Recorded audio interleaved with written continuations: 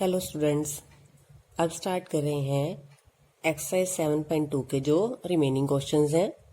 उससे पहले ये देखते हैं कि जो हमने विभाजन सूत्र किया है उसमें जो हमारा फॉर्मूला हमें पता है एक्स निर्देशांक निकालने का और वाई निर्देशांक निकालने का। अब अगर बिंदु P ए बी का मध्य बिंदु है, मध्य बिंदु का मतलब क्या होता है कि वो इस भुजा के दो बराबर टुकड़े कर रहा है, तब हम अनुपात क्या लेते हैं इन टुकड़ों का कि दोनों टुकड़ों के अनुपात बराबर हैं, तो हम क्या लेते हैं 1:1। अब हमें क्योंकि m1 m2 अनुपात पता है तो यहां से हम इसी फॉर्मूले से P बिंदु के निर्देशांक निकाल कर देख रहे हैं। तो x निर्देशांक यहाँ पे हमने क्या लिखना है, जो बिंदु P है वो रेखाखंड AB का क्या है, मध्य बिंदु है। तो बिंदु P के निर्देशांक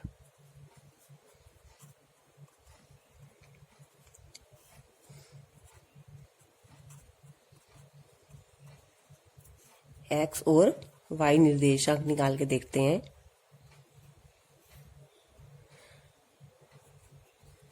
जो ये फॉर्मूला है m1 into x2 plus m2 into x1 किस तरह से अप्लाई करते हैं कि पहले अनुपात की गुना इधर करनी है और दूसरे की गुना इधर करनी है। तो यहां से निकालेंगे एक की गुना x2 से और एक की गुना x1 से।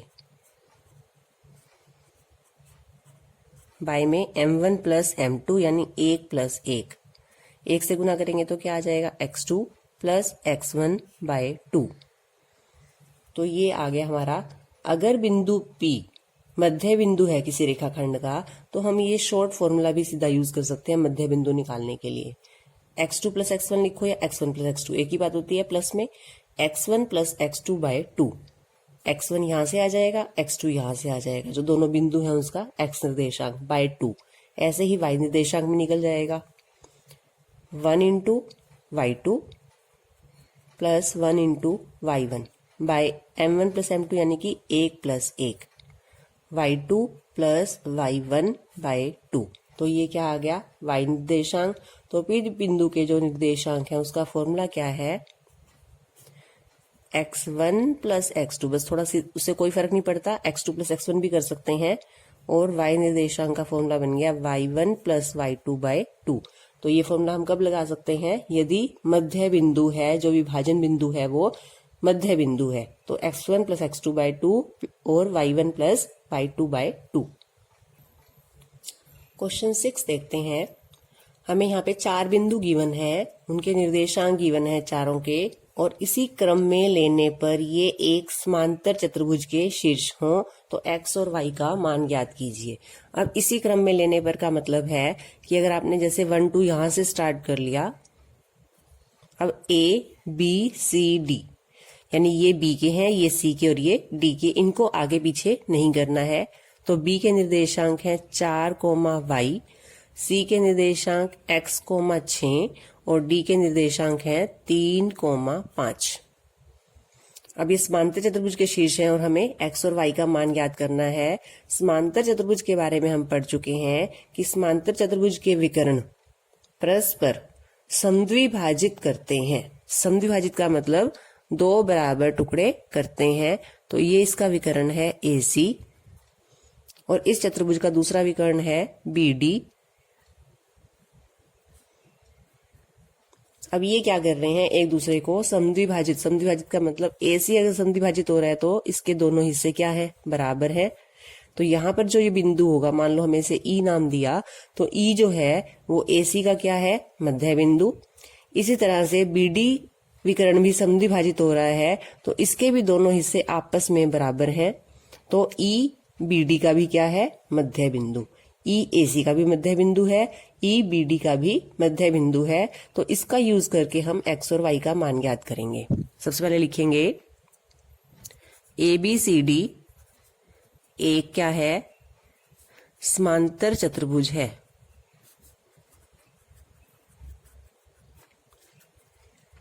और फिर ये भी जरूर लिखना है हमने कि समांतर चतुर्भुज के विकर्ण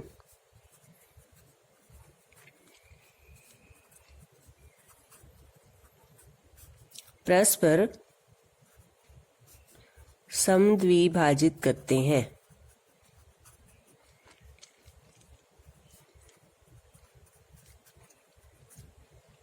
तो अब हम लिखेंगे बिंदु E जो है रेखाखंड AC का मध्य बिंदु है।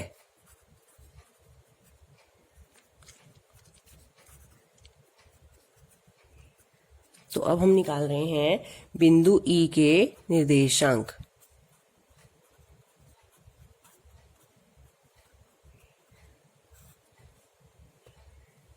अब बिंदु E जो मध्य बिंदु है, तो हम इसके लिए ये मध्य बिंदु का ही फॉर्मूला लगाएंगे E बिंदु के निर्देशांक निकालने के लिए। इधर क्या निकालेंगे, x निर्देशांक, और इधर y निर्देशांक। फॉर्मूला लिखेंगे, क्या फॉर्मूला है, x1 प्लस x2 बाय 2। अब x1 प्लस x2 किसका मध्य बिंदु है, ये AC का।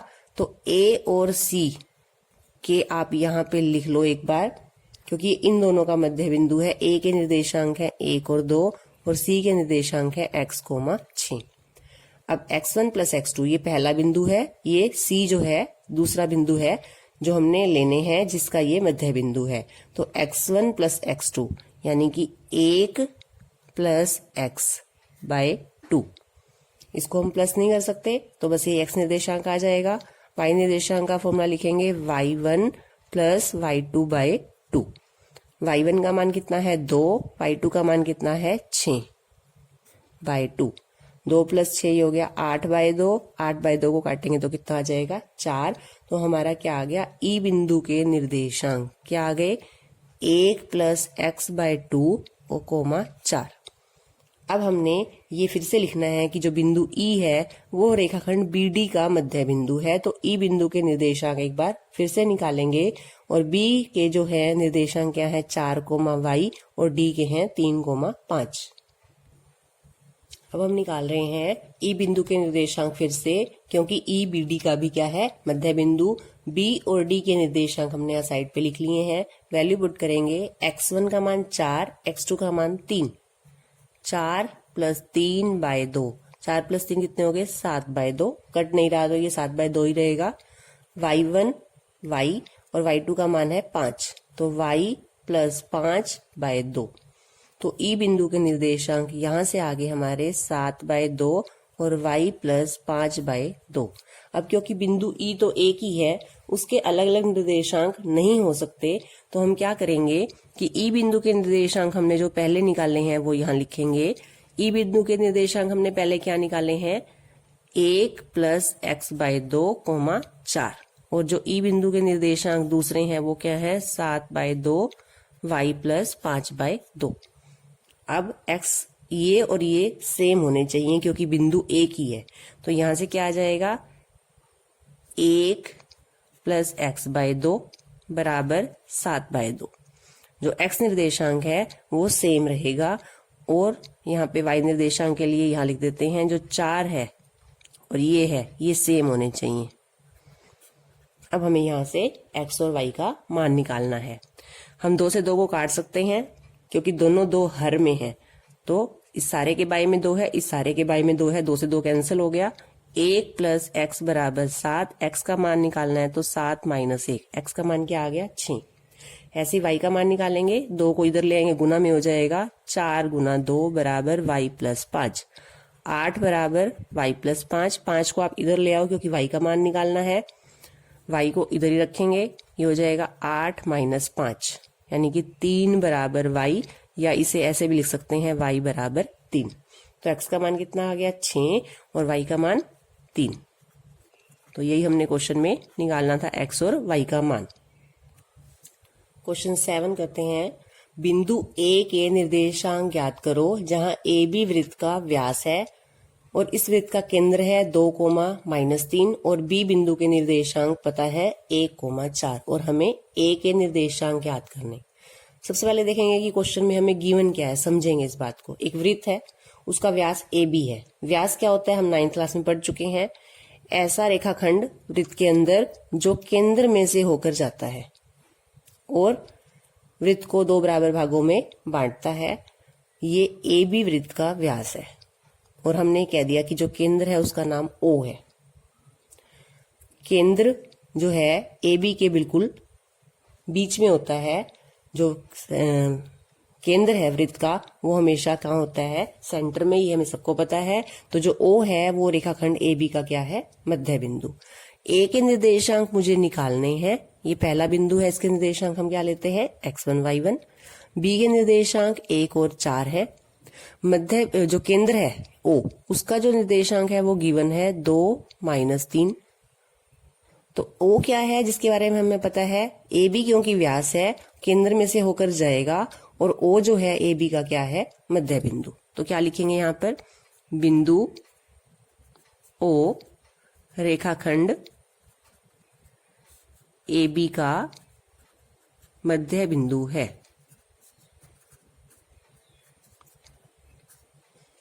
तो जो बिंदु ओ है उसके निर्देशांक अगर हम निकालना चाहें, हमने निकालने तो ए के हैं, लेकिन क्योंकि हमें तो मध्य बिंदु का फॉर्मूला आता है तो उसी का फॉर्मूला लगाएंगे, एक्स निर्देशांक और वाई निर्देशांक। x1 + x2/2। अब देखेंगे x निर्देशांक का मान ओ बिंदु का हमें पता है कितना है, 2। तो मैंने यहाँ पे 2 पुट कर दिया, क्योंकि मुझे x बराबर x1 + x2/2, x का मान पता है 2, x1 मुझे नहीं पता क्योंकि ए बिंदु के निर्देशांक मुझे निकालने हैं, x2 का मान है 1/2।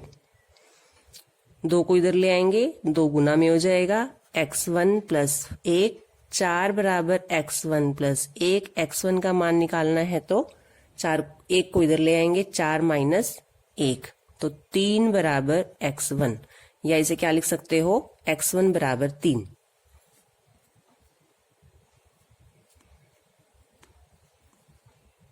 ऐसे ही इधर करेंगे y निर्देशांक, y का फॉर्मूला क्या है, y1 + y2/2। y मुझे पता है -3 बराबर y1 का मान निकालना है, y2 का मान है 4/2। 2 को ले आएंगे, गुना में हो जाएगा, -3 × 2 बराबर y1 + 4, -6 बराबर y1 + 4, -6 - 4 बराबर y1, -10 बराबर y1, या इसे लिख सकते हैं y1 बराबर -10। तो ए बिंदु के निर्देशांक जो हमें निकालने थे वो क्या आ गए हैं, 3 और -10, यही हमें निकालना था। नेक्स्ट करते हैं क्वेश्चन 10। एक समचतुर्भुज का क्षेत्रफल ज्ञात कीजिए जिसके शीर्ष इसी क्रम में लेने हैं आपको। ये चारों पॉइंट आपने इसी क्रम में लेने हैं, यहां से स्टार्ट किया तो इस तरह से हमने चारों पॉइंट यहां ले लिए हैं। अब क्षेत्रफल क्या होता है समचतुर्भुज का, फॉर्मूला है इसका 1/2 गुना पहला विकर्ण गुना दूसरा विकर्ण। ये हम 9th क्लास में फॉर्मूला कर चुके हैं।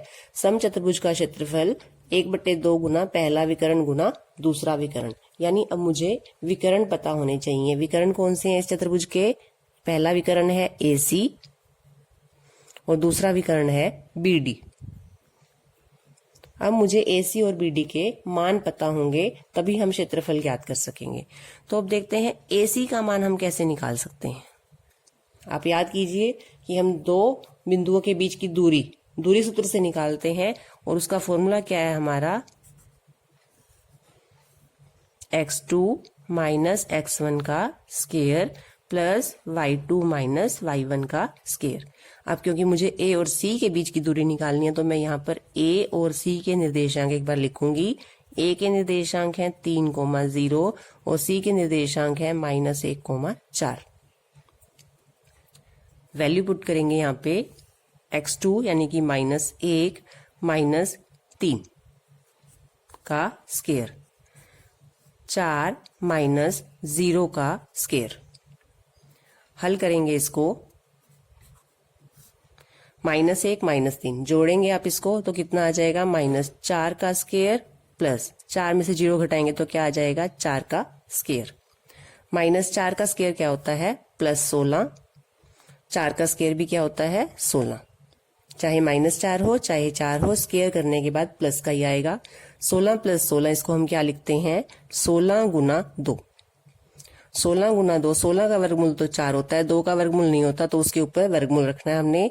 4√2 मात्रक। ये हमने क्या निकाला है, AC का मान। अब इसी तरह से हमने क्या निकालना है, BD का मान, तो पहले हम B और D के निर्देशांक लिखेंगे।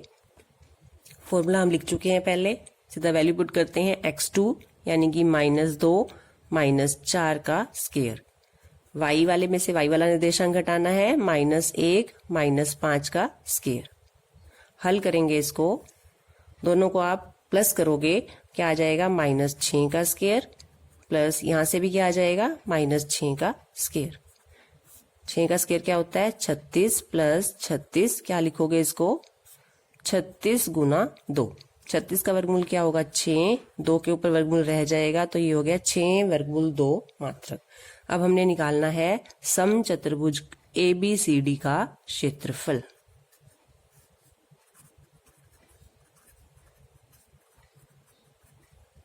क्या फॉर्मूला इसका 1/2 गुना पहला विकर्ण यानी कि AC गुना BD दूसरा विकर्ण। 1/2 AC का मान क्या निकाला हमने 4 वर्गमूल 2 और BD का मान निकाला है 6 वर्गमूल 2। कैसे हल करें इसको, 2 के पाड़े पे काट देते हैं, 2 और 6 की गुना हो जाएगी 12। वर्गमूल 2 की वर्गमूल 2 से गुना करोगे तो क्या आएगा, हमें पता है क्या आएगा 2, तो 12 दूनी 24। ये क्षेत्रफल है, इसकी इकाई क्या है वर्ग मात्रक।